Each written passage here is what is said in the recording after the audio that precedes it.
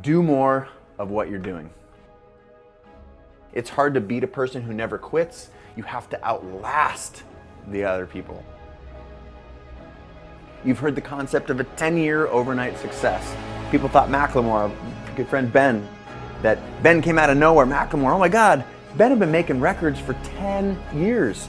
Literally living in his parents' basement, recording on a 4-track, and yet it seemed like he came out of nowhere. Don't stop what you're doing. Be relentless, never quit, be patient. If you keep applying pressure, at some point it's gonna pop.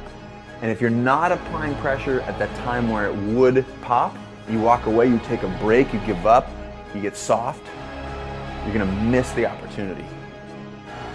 Do not give up. Never give up. Outlast those people.